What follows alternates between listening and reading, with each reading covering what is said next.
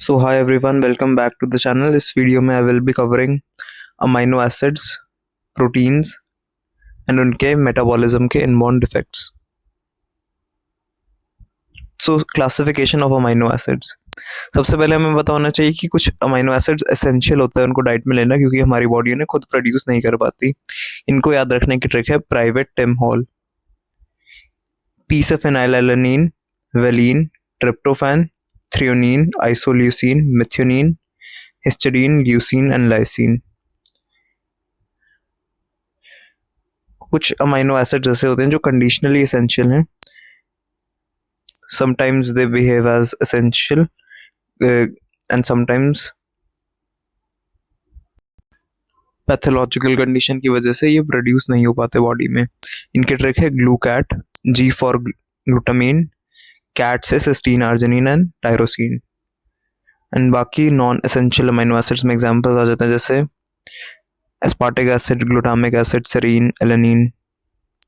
Side chain कैसी का nature क्या है, उस बेसिस पे एसिडिक या तो ग्रुप एसिडिक ग्रुप लगा है तो एस्पार्टिक एसिड एग्जांपल है, ग्लूटामिक एसिड है, नाम से क्लियर हो रहा है.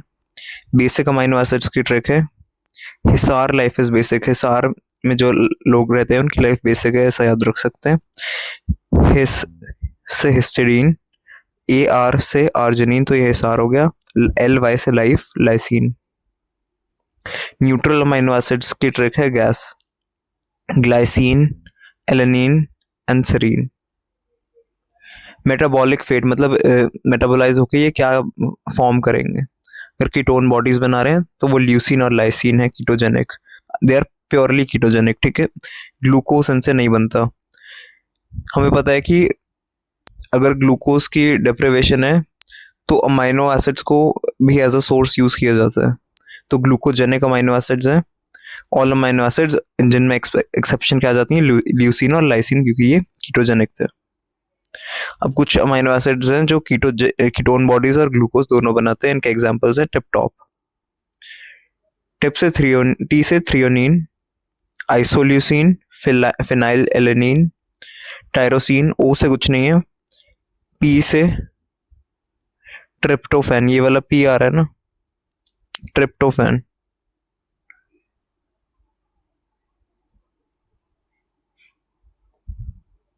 तो सल्फर कंटेनिंग भी होते हैं कुछ अमाइनो एसिड्स जैसे मिथियोनिन और सिस्टीन. इनका अगर स्ट्रक्चर हम ऑब्जर्व करें तो सल्फर प्रेजेंट होगा. ब्रांच चेन अमाइनो एसिड्स, इनकी ट्रिक है लाइव,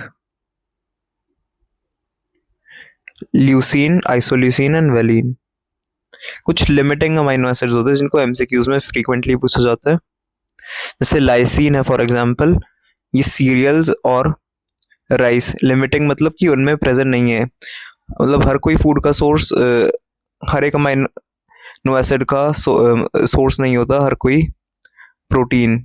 तो कुछ प्रोटीन की चीज़ें उनको मिक्स करके लेना पड़ता है. तभी तो चावल में लाइसिन नहीं होता है, इसलिए उसको दाल या ऐसे अलग अलग चीज़ों के साथ कंज्यूम किया जाता है ताकि बैलेंस हो डाइट. लाइसिन किस में नहीं होता, सीरियल्स में भी नहीं होता और राइस में भी नहीं होता. Lysine limiting amino acid serial और राइस का है. इसके अलावा मिथियोनिन किसका लिमिटिंग अमाइनो एसिड है, पल्सेस का, दालों का. ट्रिप्टोफैन है मेज का. तो इसको ऐसे याद रखना, liar, L Y R, lysine rice का. राइस और सीरियल का सेम है तो ये भी याद रह जाएगा. देन ये जो अमाइनो एसिड्स हैं उनसे कई हार्मोन्स भी डिराइव होते हैं. जैसे टायरोसिन जो अमाइनो एसिड है वो प्रोडक्शन करता है एपिनेफ्रिन का, एंड टायरोसिन थायरॉक्सिन का भी प्रोडक्शन करता है. वो जो 5 स्टेप्स होते हैं सिंथेसिस के, जैसे आयोडीनेशन, ट्रैपिंग, ऑक्सीडेशन वगैरह, तो उसमें हमने देखा था कि टायरोसिन से बनता है थायरॉक्सिन. या फिर T4. ट्रिप्टोफैन की बात करें तो ये मेलेटोनिन को बनाता है. It is the precursor of melatonin. तो इंपॉर्टेंट प्रीकर्सर्स कौन से होते हैं, टायरोसिन तो हमने देख लिया. टायरोसिन प्रिकर्सर है किसका, कैटेकोलामीन्स का. टायरोसिन से कैटेकोलामीन सिंथेसिस होगा. कैटेकोलामीन सिंथेसिस में क्या क्या होता है, टायरोसिन से, ये लास्ट वीडियो में मैंने कवर कर लिया ऑलरेडी.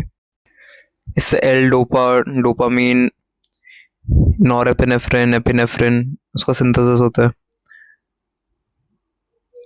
देखिए टायरोसिन थायरॉक्सिन को भी बनाता है, ये भी हमने देख लिया, और साथ में मेलेनिन को भी बनाता है। ये दोनों ऑलरेडी हो गए कवर, और ये कैटेकोलामिन सिंथेसिस लास्ट वीडियो में। अब बात करते हैं ट्रिप्टोफैन की।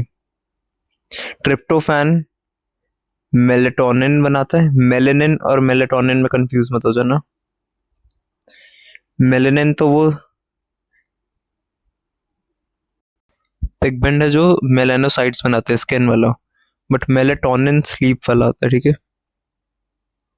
तो ट्रिप्टोफैन से सेरोटोनिन भी बनता है, मेलेटोनिन भी बनता है, और नियासिन, नियासिन जो होता है ना विटामिन, उसको बनाने के लिए ट्रिप्टोफैन चाहिए। विटामिन बी 3 को भी बनाने के लिए ट्रिप्टोफैन अमीनो एसिड की रिक्वायरमेंट है। तो ऑनिन ऑनिन वाले ओ आर है ना, तो ट्रिप्टोफैन जिसमें ये ओ आर है वो ट्रिप्टोफैन से याद रखना। ये हिस्टिडीन हिस्टामीन बनाता है। हिस्टामीन का सेक्रीशन होता है ना एलर्जिक रिएक्शन वगैरह में, तो हिस्टिडीन अमीनो एसिड, नाम भी सिमिलर लग रहा है तो इजीली हम बता सकते हैं हिस्टिडीन बनाता है। Glutamic acid, G for glutamic acid, G for GABA. GABA ये न्यूरोट्रांसमीटर होता है ना एक, तो वो किससे बनता है? ग्लूटामिक एसिड से। Arginine, arginine is the precursor of nitric oxide. Nitric oxide जैसे वेसल सिक्रीट करते हैं, वैसो डायलेशन करने के लिए, उसको मेंटेन करने के लिए।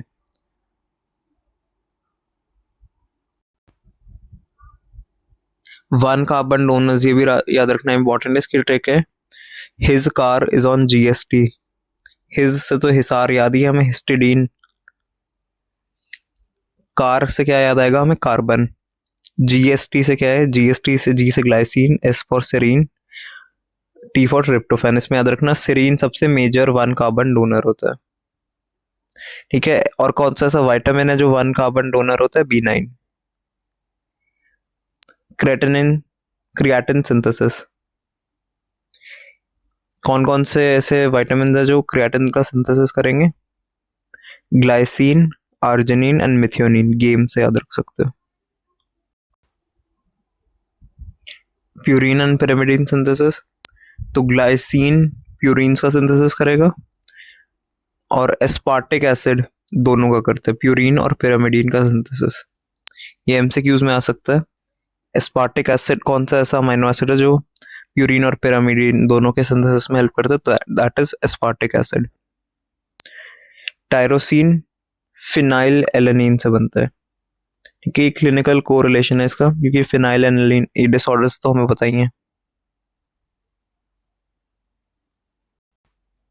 और ल्यूसीन जो है, ये सिर्फ ऐसा अमीनो एसिड है जो कि इंसुलिन के सिक्रीशन को स्टिमुलेट करता है। बाकी सारे इंसुलिन के स्टिमुलेशन को, इंसुलिन के सिक्रीशन को इनहिबिट करते हैं, बल्कि ये ल्यूसीन स्टिमुलेट कर रहा है। और ये जो ल्यूसीन और लाइसिन है, ये हमें ऑलरेडी पता है कि ये प्योरली कीटोजेनिक अमीनो एसिड्स हैं। बात करें अमीनो एसिड जो कि एरोमेटिक है उनकी, तो इनकी ट्रिक है एटीपी। टी से याद रखना दो हैं, टायरोसिन और ट्रिप्टोफैन दोनों हैं। ए से एरोमेटिक तो याद ही है हमें, ये 3 एग्जाम्पल आ गए।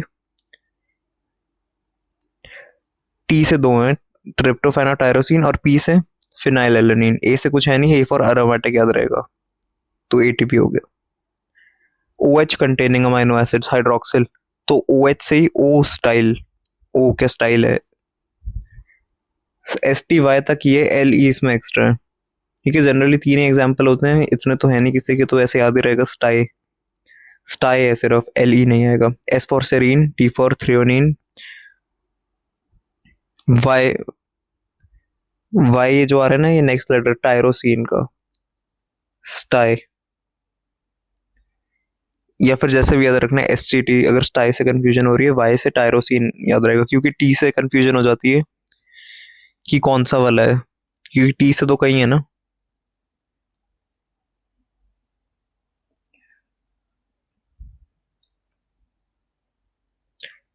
इमीनो एसिड एक ही है, इसकी ट्रिक भी है आसान सी, I am pro. Proline is the only imino acid.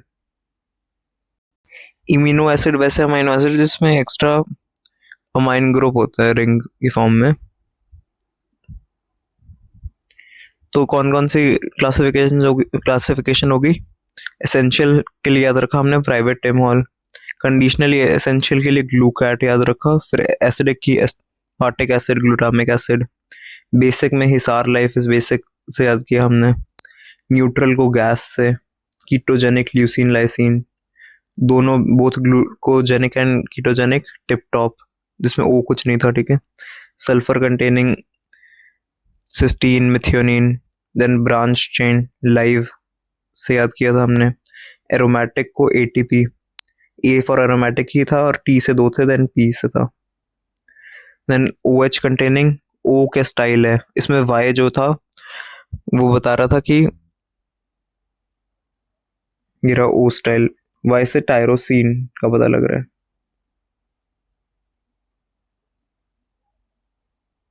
Then imino acid की अभी बात करी, आई am pro, proline. Limiting amino acids कौन से किस में होते हैं? तो मैंने बोला था लायर, लाइसिन राइस में और सीरियल्स में। देन अमाइनो एसिड से कौन से हार्मोन डिराइव होते हैं ये भी बात करी थी हमने, और प्रीकर्सर्स कौन कौन से हैं, ट्रिप्टोफैन, टायरोसिन वगैरह, इससे क्या क्या बनता है प्रोडक्ट्स। 1 कार्बन डोनर कौन कौन से होते हैं? तो his car on GST. Creatine जो बेसिकली मसल्स को एनर्जी वगैरह सप्लाई करने वाला कंपाउंड होता है, तो गेम से याद किया था, एमई से मिथियोनिन है ना। देन इसका मेटाबॉलिज्म अमाइनो एसिड्स का देख लेते हैं अब। मेटाबॉलिक डिसऑर्डर, फिनाइल कीटोन्यूरिया, ठीक है, इसमें डिफेक्टिव एंजाइम कौन सी होती है? वेरी फ्रीक्वेंटली आज नाम से पता लग रहा है, फिनाइल एलेनिन हाइड्रोक्सिलेज, एज से पता लग रहा है एंजाइम है। इसको क्लासिफाई करें तो ये ऑटोसोमल रिसेसिव डिसऑर्डर होता है, और इसमें क्या बेसिकली होता है, फिनाइल एलेनिन का टायरोसिन अमाइनो एसिड के लेवल पे फिनाइल एलेनिन जो है वो टायरोसिन में वैसे कन्वर्ट होना चाहिए, पर ये कन्वर्जन पॉसिबल नहीं हो पाता, जिसकी वजह से एक्सेस फिनाइल एलेनिन का ब्लड में एक्यूमुलेशन हो जाता है। और बात करें फिनाइल पायरुवेट और फिनाइल एसिटेट की, तो इनका यूरिन में ये शो होते हैं। तो 3 to 6 मंथ्स की एज अगर किसी की है तो तब से ही इसके सिम्टम्स दिखने शुरू हो जाते हैं, जैसे यूरिन में माउसी ओडर का आना, ये कैरेक्टरिस्टिक फीचर होता है, काफ़ी फ्रीक्वेंटली ये पॉइंट भी पूछा जाता है। इसमें मेंटल रिटार्डेशन भी होगी, इंटेलेक्चुअल डिसेबिलिटी भी होती है अगर ट्रीटमेंट ना किया जाए। तो और क्या सिम्टम्स है? सीजर आना, हाइपोपिगमेंटेशन, एक्जिमा, मतलब ऐसा होगा मसल्स अपने आप या तो स्टिफ हो रही हैं या फिर जॉग कर रहे हैं।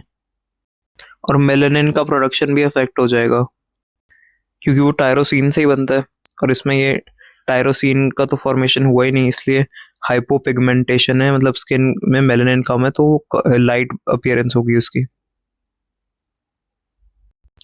और स्किन में पैचेस बन जाना और इच होना, एक्जिमा भी होगा। अब न्यूबॉर्न्स को जिनको स्क्रीन किया जाता है उनके टेस्ट में आता है फिनाइल एलेनिन प्रेजेंट, क्योंकि फिनाइल एलेनिन का टायरोसिन में कन्वर्जन हुआ ही नहीं है।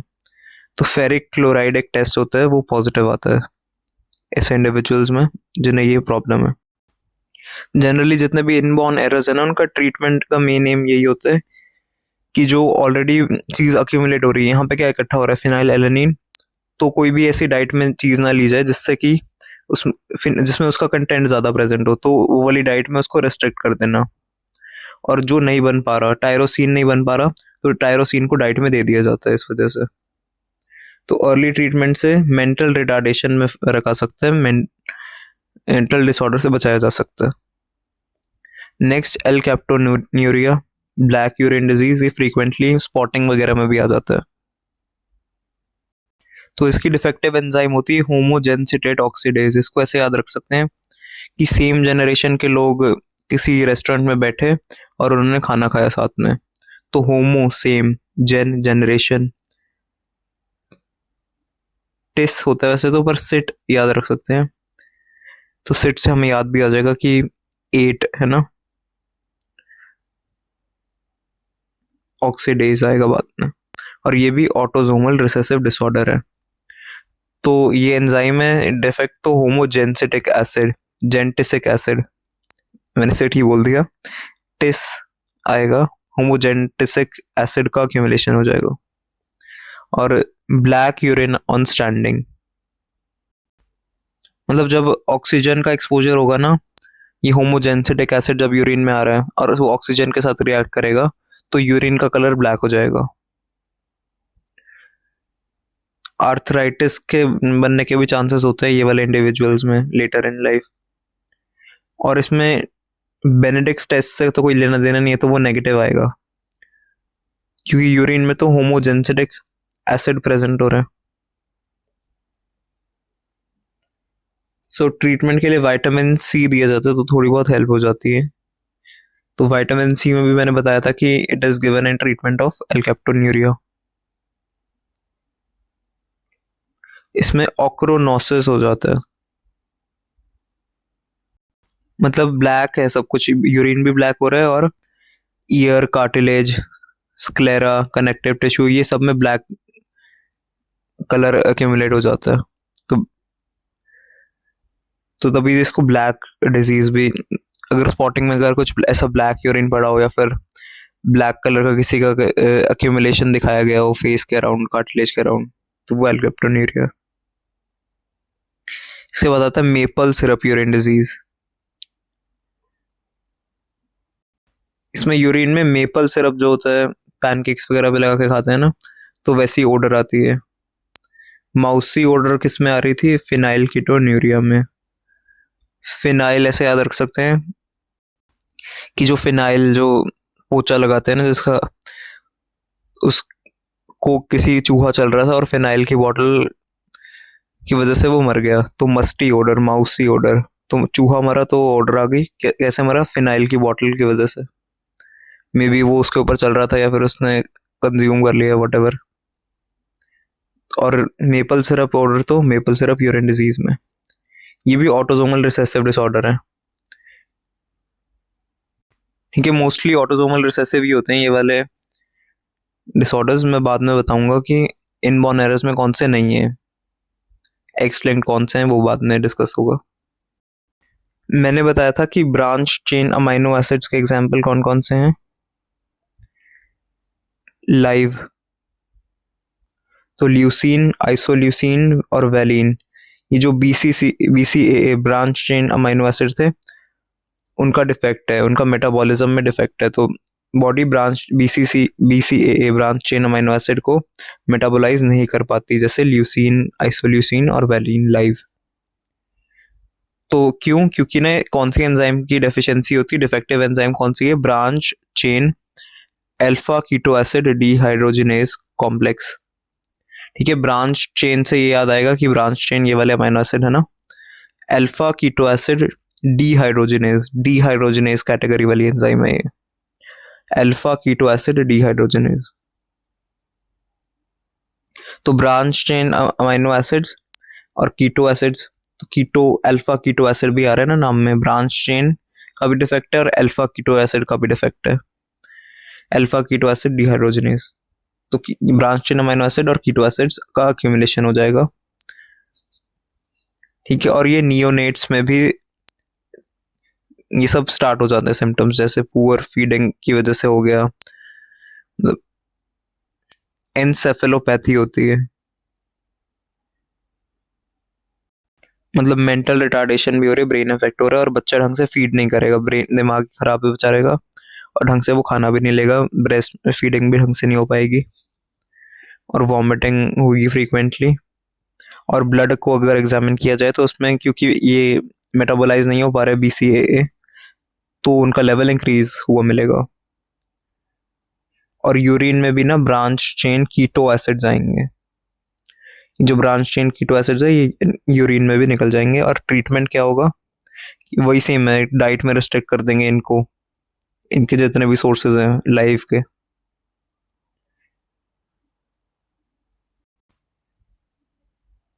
नेक्स्ट होमोसिस्टिन्यूरिया, इसमें डिफेक्टिव एंजाइम होती है सिस्टाथियोन बीटा सिंथेज, सिस्टाथियोन बीटा सिंथेज। ये भी ऑटोसोमल रिसेसिव है, ये तो याद रखने की जरूरत ही नहीं क्योंकि जनरली ऑटोसोमल रिसेसिव ही होते हैं, वो मैंने बोला था बाद में एक्सेप्शन बता दूंगा। ये कौन से इनबॉर्न एरर्स की बात हो रही है? तो डिफेक्टिव मिथियोनिन मेटाबॉलिज्म, होमोसिस्टिन्यूरिया में क्या होता है, मिथियोनिन के मेटाबॉलिज्म में डिफेक्ट है ये। मिथियोनिन का बेसिकली ना मेटाबॉलिज्म होमोसिस्टीन में होता है पहले, और फिर उसके बाद सिस्टीन बनता है, पर मिथियोनिन का मेटाबॉलिज्म ढंग से नहीं हो पा रहा, जिसकी वजह से होमोसिस्टीन का अक्यूमुलेशन ब्लड और यूरिया में होगा। तो होमोसिस्टीन फर्दर कन्वर्ट नहीं हो रहा सिस्टीन में, वो अक्यूमुलेट हो रहा है बल्कि यूरिन में, और ब्लड यूरिन में निकल रहा है और ब्लड में भी अक्यूमुलेशन हो रहा है। और फिर ऐसा भी अक्यूमुलेशन से क्या हो जाता है, लेंस का डिस्कलरेशन। तो अगर स्पॉटिंग में आए ऐसा कुछ लेंस जूम सा किया हो और ऐसे नीचे की तरफ ऐसे जाता हुआ दिखाया हो, तो पहचान लेना होमोसिस्टिन्यूरिया है वो। तो इसमें भी मेंटल रिटार्डेशन है, ऑलमोस्ट सब में ही कॉमन मेंटल रिटार्डेशन। तो थ्रोम्बोसिस इसकी मेजर कॉम्प्लिकेशन होती है, मतलब ब्लड वेसल के अंदर ही ना क्लॉट बन जाना, और साथ में कुछ पेशेंट्स ऐसा कर रिस्पॉन्स शो करते हैं विटामिन B6 को, तो ट्रीटमेंट में विटामिन B6 दे दिया जाता है, B9 भी दे सकते हैं, फोलेट ये सब देते हैं, B12 भी देते हैं। और मिथियोनिन अगर एक्यूमुलेट, मिथियोनिन का बेसिकली मेटाबॉलिज्म नहीं हो पा रहा, जिसकी वजह से होमोसिस्टीन एक्यूमुलेट हो रहा है। Methionine converts homocysteine to cysteine है ना, तो होमोसिस्टीन एक्यूमुलेट हो रहा है मिथियोनिन के डिफेक्ट की वजह से, तो मिथियोनिन को डाइट में रिस्ट्रिक्ट कर देंगे, सेम अप्रोच जैसे पहले वालों में करी थी। तो नाउ प्रोटीन्स, प्रोटीन का बेसिक स्ट्रक्चर, प्राइमरी स्ट्रक्चर होता है लीनियर होता है, लीनियर सीक्वेंस होती है अमीनो एसिड्स की, एन टर्मिनल होता है एक और एक सी टर्मिनल होता है। ठीक है, जो सैंगर्स रिएजेंट है ये याद रखना है एमसीक्यू के लिए, वो एन टर्मिनल को पहचान लेता है। प्राइमरी स्ट्रक्चर के बीच में कौन से बॉन्ड होते हैं, peptide bonds. Peptide bonds rigid covalent bond है बेसिकली, और इनमें partial double bond type character देखा जाता है। पेप्टाइड बॉन्ड्स सिर्फ प्राइमरी स्ट्रक्चर में ही होते हैं, ये सेकेंडरी और टर्शियरी स्ट्रक्चर को मेंटेन नहीं करते, ये भी पता होना चाहिए। और अमाइनो एसिड की इसमें सीक्वेंस अगर पता करनी है तो कौन सा डिग्रेडेशन मेथड होता है, Edman degradation is used to determine amino acid sequence. और एन टर्मिनल को सैंगर्स रिएजेंट। सेकेंडरी स्ट्रक्चर इसको कौन स्टेबलाइज करता है, प्राइमरी को पेप्टाइड कर रहे थे, इसको हाइड्रोजन बॉन्ड्स करेंगे, सेकेंडरी को हाइड्रोजन।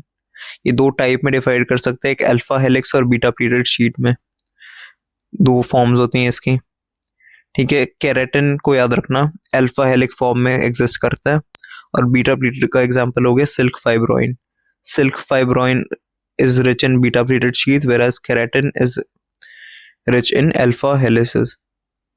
केराटिन ये जो प्रोटीन है बेसिकली हेयर नेल्स ये सब में प्रेजेंट होता है ना, और ये सेकेंडरी स्ट्रक्चर में है और अल्फा हेलिक्स फॉर्म में, अल्फा हेलिक्स इसमें रिच होते हैं, बल्कि बीटा प्लीटेड सिल्क फाइब्रोइन में। टर्शियरी स्ट्रक्चर 3D स्ट्रक्चर होता है, एक सिंगल पॉलीपेप्टाइड चेन ही 3 डायमेंशंस में फोल्ड हो जाती है, इसके बीच में मेनली हाइड्रोफोबिक टाइप के बॉन्ड्स होते हैं, हाइड्रोफोबिक इंटरेक्शंस होती हैं। बॉन्ड कौन सा होता है इसमें, डाइसल्फाइड, सेकेंडरी में हाइड्रोजन था, प्राइमरी में पेप्टाइड, टर्शियरी में डाइसल्फाइड। तो इसको पीएचडी से याद रख सकते हैं कि कौन कौन सा बॉन्ड किस में है, प्राइमरी में पेप्टाइड, सेकेंडरी में हाइड्रोजन, टर्शियरी में dipeptide bond, disulphide bond.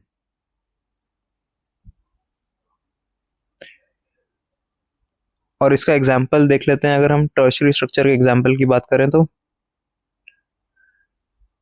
Myoglobin, myoglobin is a classic example of tertiary structure. ठीक है, मायोग्लोबिन जो मसल में प्रेजेंट होता है ना, वो टर्शियरी स्ट्रक्चर वाला प्रोटीन है।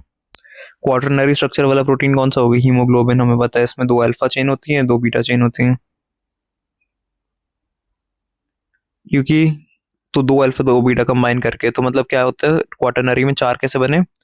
बेसिकली 2 पॉलीपेप्टाइड चेन्स ज्वाइन कर रही हैं, या 2 से ज्यादा भी पॉलीपेप्टाइड चेन ज्वाइन करके क्वाटरनरी स्ट्रक्चर बना सकती हैं। सो सब यूनिट्स के बीच में इंटरेक्शन होता है, ऐसा ऐसा कोई बॉन्ड नहीं हमें याद रखना है इसमें। So that's all for structure. अब प्रोटीन का डीनेचरेशन। हाई टेम्परेचर पे प्रोटीन हमें पता है डीनेचर हो जाते हैं, तो क्या सेकेंडरी और टर्शियरी स्ट्रक्चर तो डिस्ट्रॉय हो जाता है, बट प्राइमरी स्ट्रक्चर नहीं होता। ये तो नीट लेवल का पॉइंट है, सबको पता है ऑलरेडी, है ना। तो डीनेचरेशन जब होती है ना, तो पेप्टाइड बॉन्ड्स, सबसे प्राइमरी स्ट्रक्चर में पेप्टाइड बॉन्ड्स, तो वो बॉन्ड थोड़ा ना ब्रेक होंगे, वरना नहीं तो अमाइनो एसिड ही बन जाएगा। ये डीनेचरेशन वाले सब्सटेंसेस कौन से होते हैं? एक तो हीट वाला डीनेचरेशन होता है नॉर्मल, बल्कि acid, alkaline medium, alcohol, heavy metal, ये सब भी डीनेचर कर सकते हैं प्रोटीन्स को। तो बेसिकली अगर टर्शियरी स्ट्रक्चर खराब हो गया तो बायोलॉजिकल एक्टिविटी खत्म होगी। ठीक है, सेकेंडरी स्ट्रक्चर टर्शियरी क्वाटरनरी ये खराब हो गए, टर्शियरी पे बायोलॉजिकल एक्टिविटी होती है, वही खत्म हो गया, तो एक्टिविटी नहीं है। फाइब्रस प्रोटीन्स कौन कौन से होते हैं? Collagen, keratin, elastin. केराटिन मैंने बोला था वो 2 alpha helix, tertiary secondary alpha helix वाली फॉर्म में है ना। तो केराटिन हेयर, नेल, स्किन इनमें प्रेजेंट होता है। इसमें अबंडेंट अमाउंट में क्या प्रेजेंट होता है? सिस्टीन प्रेजेंट होता है। और इनके बीच में बॉन्ड कौन सा है? Disulphide bond. वैसे तो मैंने पीएचडी वाली ट्रिक में बताया था, वो जनरल थी। डाइसल्फाइड इसमें भी हो सकता है केराटिन में। ठीक है, सिस्टीन फॉर्म कर रहे हैं ना, वो तो मैं प्रोटीन के बीच के बॉन्ड बता रहा था, ये इसमें सिस्टीन फॉर्म कर रहा है डाइसल्फाइड बॉन्ड। वैसे सेकेंडरी में तो हाइड्रोजन बॉन्ड होता है, पर इसमें सिस्टीन का अमाउंट होता है जो कि फर्दर डाइसल्फाइड बॉन्ड फॉर्म करेगा। इलास्टिन भी होता है, कोलेजन और इलास्टिन, इसके सप्लीमेंट्स आजकल स्किन के लिए काफी लोग ले लेते हैं, है ना। Collagen is the most abundant protein in animal world. NEET की लाइन है बायोमोलिक्यूल्स की, है ना। कोलेजन कौन से अमीनो एसिड्स में रिच होता है? ग्लाइसिन, प्रोलीन और hydroxy proline. Proline is imino acid, मैंने बताया था। ग्लाइसिन होता है सिंपलेस्ट अमीनो एसिड, है ना।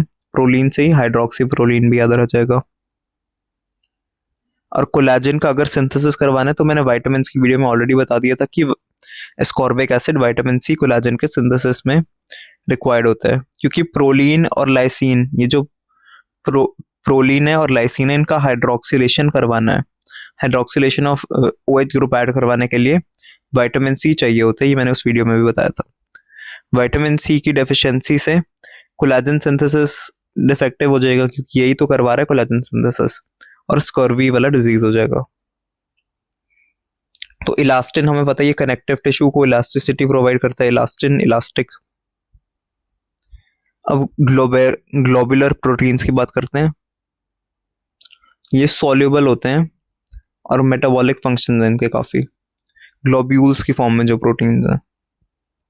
जैसे एल्ब्यूमिन, प्लाज्मा में सबसे ज्यादा एल्ब्यूमिन प्रोटीन ही होता है, ये हमें पता है। हीमोग्लोबिन भी एक प्रोटीन है, ये कॉन्जुगेट प्रोटीन है बेसिकली, मतलब आयरन भी है इसमें और प्रोटीन भी है।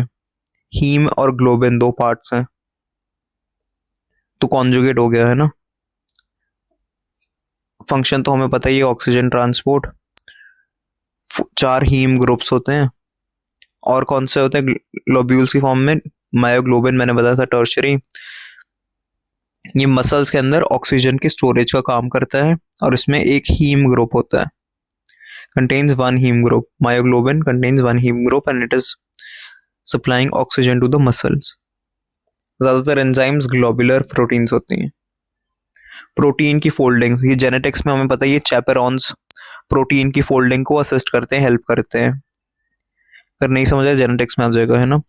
प्रोटीन फोल्डिंग अगर ढंग से नहीं हुई तो प्रायॉन डिजीज, जैसे वायरस, वायरॉइड, प्रायॉन होते हैं ना, तो बेसिकली उनको क्यों बोला था, क्योंकि वो प्रोटीन के पार्टिकल्स ही थे, अगर किसी को याद हो तो प्रायॉन डिजीज कुछ ऐसे ही याद रख सकते हैं हमें कि प्रोटीन फोल्डिंग ढंग से नहीं हो पाती। ये भी फ्रीक्वेंटली पूछा जाता है कि जैसे मैड काउ डिजीज में क्या नहीं हो पाता, और प्रायॉन डिजीज कैसे कॉज होते हैं, ठीक है, प्रोटीन के फोल्डिंग में फेलियर। क्लिनिकली इंपॉर्टेंट प्रोटीन्स, तो सिकल सेल एनीमिया हमें पता है जेनेटिक डिसऑर्डर है। It is caused by the replacement of glutamic acid, aspartic acid जो ग्लूटामिक एसिड है, मैंने बताया थे एसिडिक अमाइनो एसिड्स होते हैं ये दोनों, है ना। तो इसमें से जो ग्लूटामिक एसिड है उसको रिप्लेस कर लेता है कौन, वेलिन, वो लाइव वाला branch chain amino acid valine. Glutamic acid की जगह वेलिन आ जाता है 6th पोजीशन पे, ठीक है। सिकल सेल एनीमिया में जो बीटा ग्लोबिन चेन होती है ना, बीटा ग्लोबिन वाली चेन पर 6th पोजीशन पर ग्लूटामिक एसिड को रिप्लेस कौन कर लेता है, वेलिन। तो HbS बन जाता है। वैसे HbA नॉर्मल हीमोग्लोबिन होता है ना, तो HbS contains valine instead of glutamic acid. और अमाइनो एसिड में ज्विटर आयन का फॉर्मेशन, ये भी बताना चाहिए कि नॉर्मल पीएच आइसोइलेक्ट्रिक पीएच होती है, ठीक है। मैक्सिमम प्रोटीन्स प्रेसिपिटेट हो जाते हैं एट देयर आइसोइलेक्ट्रिक पीएच, जिस पीएच पे सबसे ज्यादा वो स्टेबल है, ज्विटर आयन की फॉर्मेशन वाला अमाइनो एसिड्स में। मतलब जब चार्ज दोनों साइड पे इक्वल है, जैसे NH2CO COO NH2 positive and COO minus ऐसा चार्ज कैरी कर रहे हैं ना, तो वो चार्ज का बैलेंस बेसिकली। और इंपॉर्टेंट पॉइंट्स दोबारा से देख लेते हैं। Peptide bond primary structure, hydrogen bond secondary structure, disulphide bond tertiary structure PHD। Quaternary structure interaction पे डिपेंड करता है प्रोटीन की सब यूनिट्स में। हीमोग्लोबिन का है क्वाटरनरी, मायोग्लोबिन का टर्शियरी। कैरेटिन में अल्फा हेलिसेस की फॉर्म में होता है सेकेंडरी स्ट्रक्चर में, और इस बीटा प्लेटेड शीथ में silk fibroin. Collagen most abundant protein है एनिमल वर्ल्ड में, और एल्ब्यूमिन सबसे ज्यादा प्लाज्मा प्रोटीन अबंडेंट है। मेटाबॉलिज्म प्रोटीन का अब डिस्कस कर लेते हैं। तो अब थोड़े हैवी कॉन्सेप्ट्स आ रहे हैं, जैसे ट्रांस अमाइनेशन। तो अमाइनो एसिड का जब कैटाबॉलिज्म होता है, ब्रेक डाउन, कैटा काटना, अमाइनो एसिड को तोड़ना है, तो transamination, transfer of amino acid group, ये सबसे पहला स्टेप होता है। और विटामिन की वीडियो में मैंने जब B6 बताया था, तो मैंने बताया था जो इसकी एक्टिव फॉर्म होती है B6 की, पायरिडॉक्सिल फॉस्फेट, ये को एंजाइम की तरह एक्ट करता है ट्रांस अमाइनेशन में।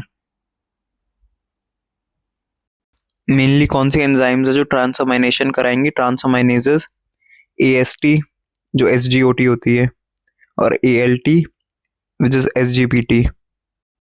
ALT की फुल फॉर्म एलानिन ट्रांसअमाइनेज, और AST की फुल फॉर्म एस्पार्टेट ट्रांसअमाइनेज। मैंने बोला ट्रांसअमाइनेशन मतलब अमाइनो ग्रुप ट्रांसफर हो रहा है, पर ट्रांसफर होता किसको है, जो अमाइनो ग्रुप है ना, ये अल्फा कीटोग्लूटारेट, जो अल्फा कीटोग्लूटारेट है उसमें अमाइनो ग्रुप चला जाता है, और अल्फा कीटोग्लूटारेट फिर क्या कन्वर्ट करता है, कि क्या फॉर्म कर लेता है, ग्लूटामेट। जैसे aspartate, glutamate, aspartic acid, glutamic acid जो मैंने बताया था। तो ये अमाइनो एसिड कहाँ ट्रांसफर हुआ, अल्फा कीटोग्लूटारेट पर, बनाया क्या इसने, ग्लूटामेट। जो ट्रांस अमाइनेशन रिएक्शन है ना, उसमें याद रखना फ्री अमोनिया नहीं बनता, अमोनिया का फॉर्मेशन इसमें नहीं हो रहा। अब कौन से अमाइनो एसिड्स ऐसे हैं जिनका ट्रांस अमाइनेशन नहीं होता, तो essential amino acids private Tim hall से हमने याद किया था, तो इसमें से जो L है, लाइसिन, लाइसिन एक लौता ऐसा अमाइनो एसिड है जिसका ट्रांस अमाइनेशन नहीं होता, बाकी सारे एसेंशियल अमाइनो एसिड्स का ट्रांस अमाइनेशन रिएक्शन हो जाता है, मतलब अमाइनो एसिड वो अल्फा कीटा ग्लूटरेट को जैसे ट्रांसफर कर दिया, ग्लूटामेट बना लिया।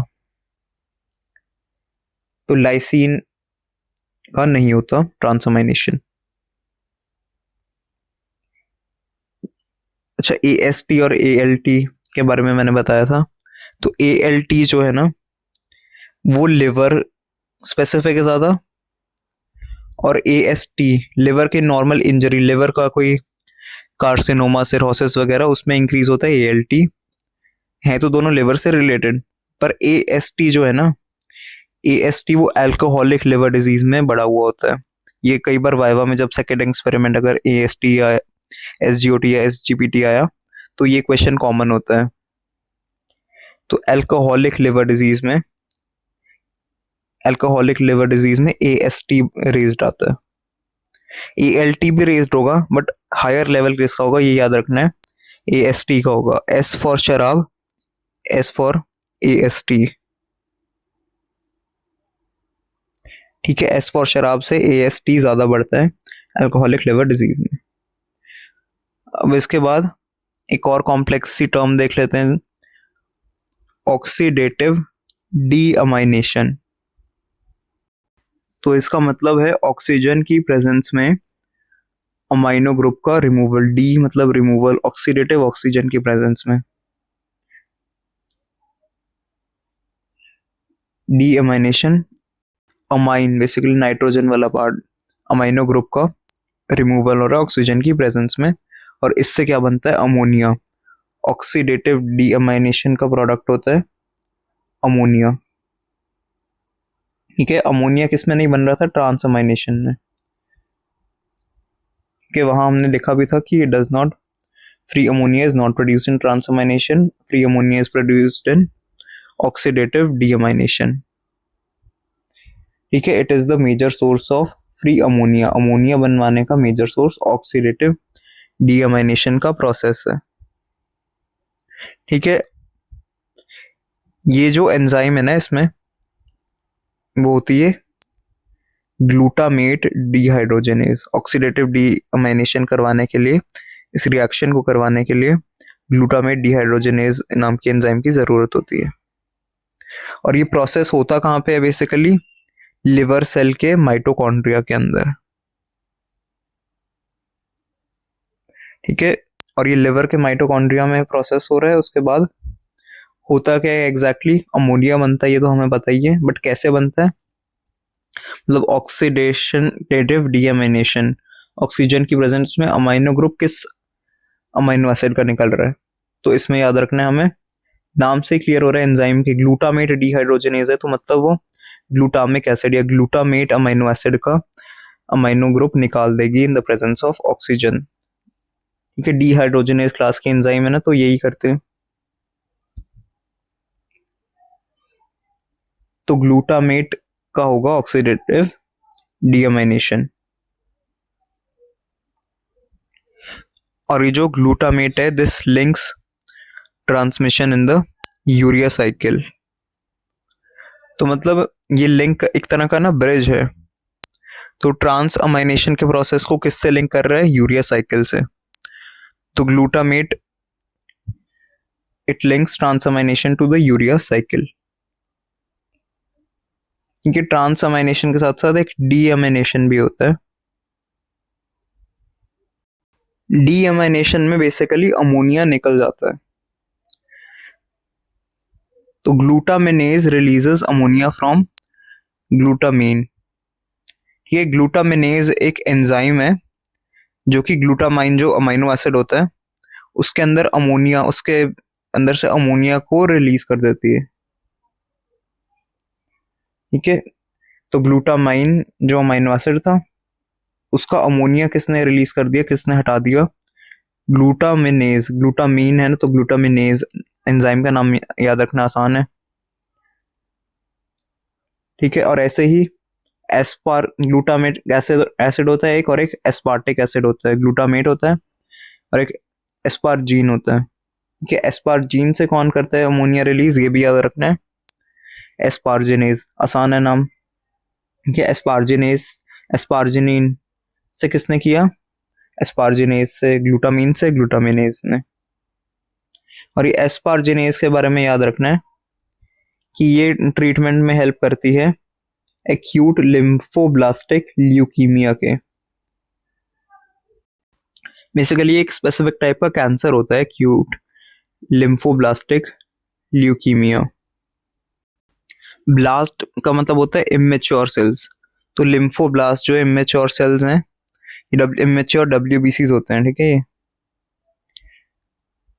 ल्यूकीमिया का मतलब होता है, एमिया वर्ड जहां भी आ जाए तो मतलब इन ब्लड, तो ब्लड में इमेच्योर डब्ल्यूबीसीज का नंबर बढ़ जाता है।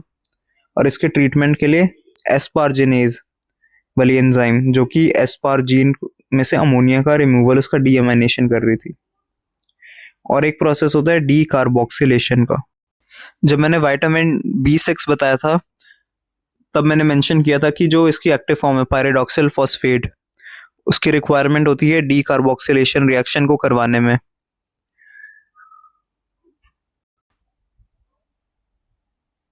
तो विटामिन B6 पायरिडॉक्सिल फॉस्फेट किस में भी रिक्वायर्ड था, ट्रांसअमाइनेशन वाले प्रोसेस में भी रिक्वायर्ड था, और डी कार्बोक्सिलेशन में भी अब देख लिया ये रिक्वायर्ड है। और विटामिन B12 और B9 फोलेट, वो मिथियोनिन के मेटाबॉलिज्म में रिक्वायर्ड है। मिथियोनिन के मेटाबॉलिज्म में कौन, B9 और B12 रिक्वायर्ड। डी से पता लग रहा है कि हटाना, रिमूवल, कार्बोक्सिल, कार्बोक्सिल ग्रुप का रिमूवल, और कार्बोक्सिल ग्रुप को हटाने में विटामिन B6 की एक्टिव फॉर्म चाहिए होती है। मैंने जब हिस्टिडीन अमीनो एसिड बताया था, तब मैंने बताया था कि हिस्टामीन जो एलर्जिक रिएक्शन वाला सब्सटेंस है वो हिस्टिडीन से बनता है। तो कैसे बनता है एग्जैक्टली, उसमें डी कार्बोक्सिलेशन रिएक्शन होता है और CO2 का रिमूवल होता है। और इन्फ्लेमेशन के टाइम पे हिस्टिडीन का ही बेसिकली डी कार्बोक्सिलेशन होता है, तो हिस्टामीन का फॉर्मेशन हो रहा है।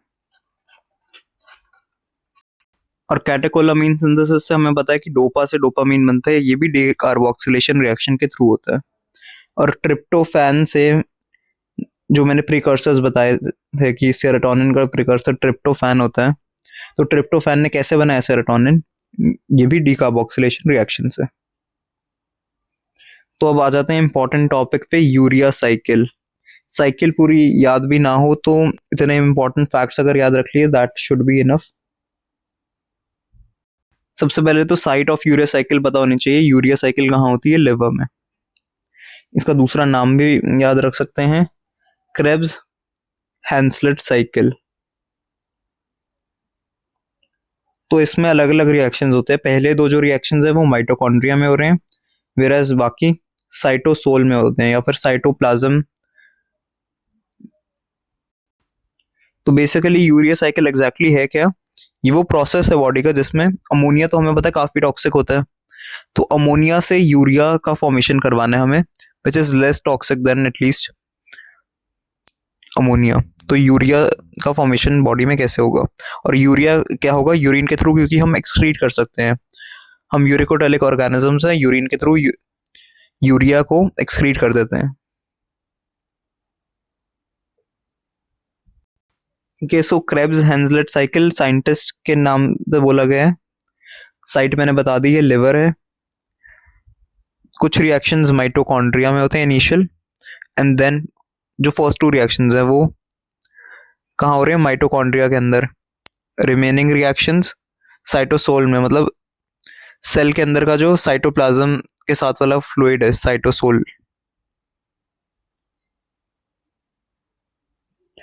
और इसमें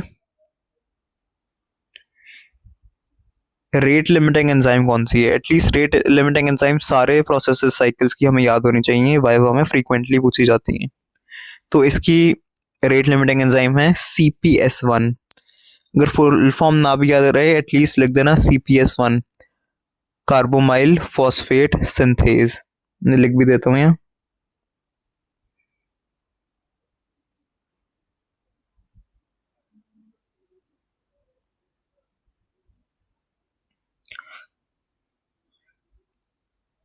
कार्बोमोनाइल कार्बोमाइल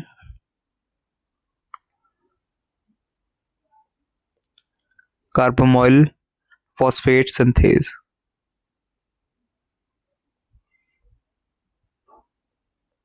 फॉस्फेट सिंथेज 1, CPS1। ठीक है, CPS1 इसकी रेट लिमिटिंग एंजाइम है। तो पूरी साइकिल की स्पीड, उसका रेट CPS1 एंजाइम पे डिपेंड करेगा। ठीक है, और ये जो CPS1 एंजाइम है, it is activated by NAG, N acetyl glucosamine. तो जब तक आकर ये एन एसिटाइल ग्लूकोसामीन ग्लूटामेट में भी टंग स्किप होगी मेरी, मैंने it is glutamate, N acetyl glutamate जब तक आकर CPS1 को एक्टिवेट नहीं करेगा तब तक ये साइकिल स्टार्ट नहीं होगी।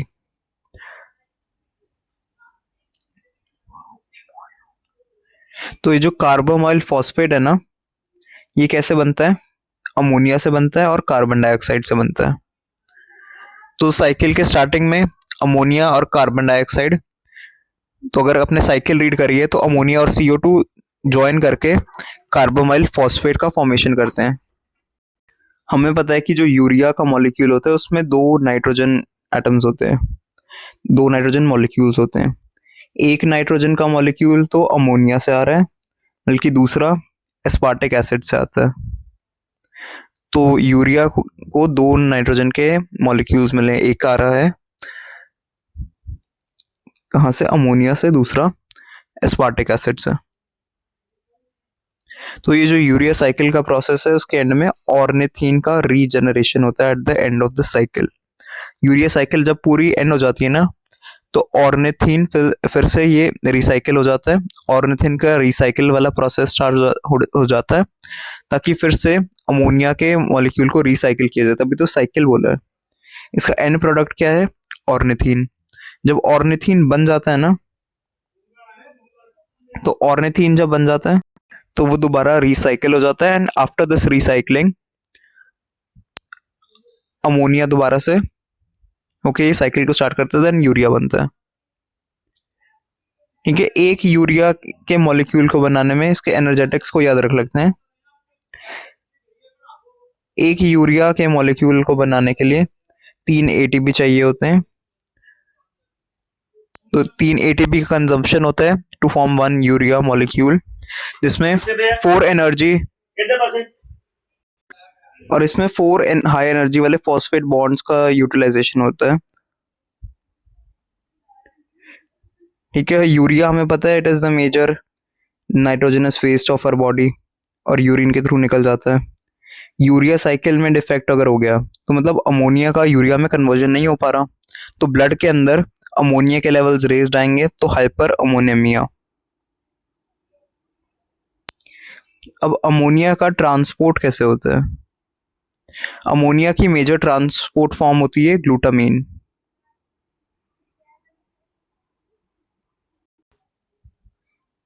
तो मसल से लिवर में अमोनिया का ट्रांसपोर्ट, ये यूरिया साइकिल कहाँ हो रही थी? लिवर में। तो अमोनिया को यूरिया में कन्वर्ट करना था, तो अमोनिया का ट्रांसपोर्ट कैसे होता है? बेसिकली जो एलेनिन है ना, एलेनिन अमाइनो एसिड है, वो रिस्पॉन्सिबल है अमोनिया के ट्रांसपोर्ट में। तो alanine transport ammonia from muscle to liver. Muscle से जितना भी वेस्ट प्रोडक्ट अमोनिया हुआ उसको इकट्ठा करके ये कहाँ लेके जाएगा? लिवर में, ताकि यूरिया साइकिल हो सके, एंड इसको ग्लूकोज एलेनिन साइकिल बोलते हैं। This process of alanine transporting ammonia to the liver. अब मैंने बताया था कि अगर प्रॉब्लम है, डिफेक्ट है यूरिया साइकिल में, तो हाइपर अमोनेमिया हो सकता है। वो फर्दर लीड कर सकता है सेरेब्रल एडिमा में, एंड सेरेब्रल एडिमा हमें बताइए कितना हार्मफुल है, उससे इंसान कोमा में जा सकता है और डेथ हो सकती है। तो ALT लिवर इंजरी और AST, एस फॉर शराब, मैंने बताया था अल्कोहलिक लिवर डिजीज में होती है, ये ऑलरेडी हो चुका है। तो नाइट्रोजन बैलेंस, ये वैसे न्यूट्रिशन में भी आता है ना। तो नाइट्रोजन बैलेंस एडल्ट्स का न्यूट्रल होना चाहिए। अगर पॉजिटिव है तो मतलब ग्रोथ की रिक्वायरमेंट है, नेगेटिव है तो मतलब डिग्रेड हो रही है, बॉडी खुद को ही अंदर से खत्म कर रही है, यूटिलाइज कर रही है अपने मसल एग्जिस्टिंग मसल मास को डिजेनरेट कर रही है, क्योंकि और कोई सोर्स ऑफ फूड नहीं है, तो स्टार्व्ड कंडीशन है, स्टार्वेशन स्टेट है, बर्न है, ट्रॉमा है, तब नेगेटिव होता है। पॉजिटिव होता है ग्रोथ, प्रेगनेंसी और रिकवरी में। So that's all for this chapter.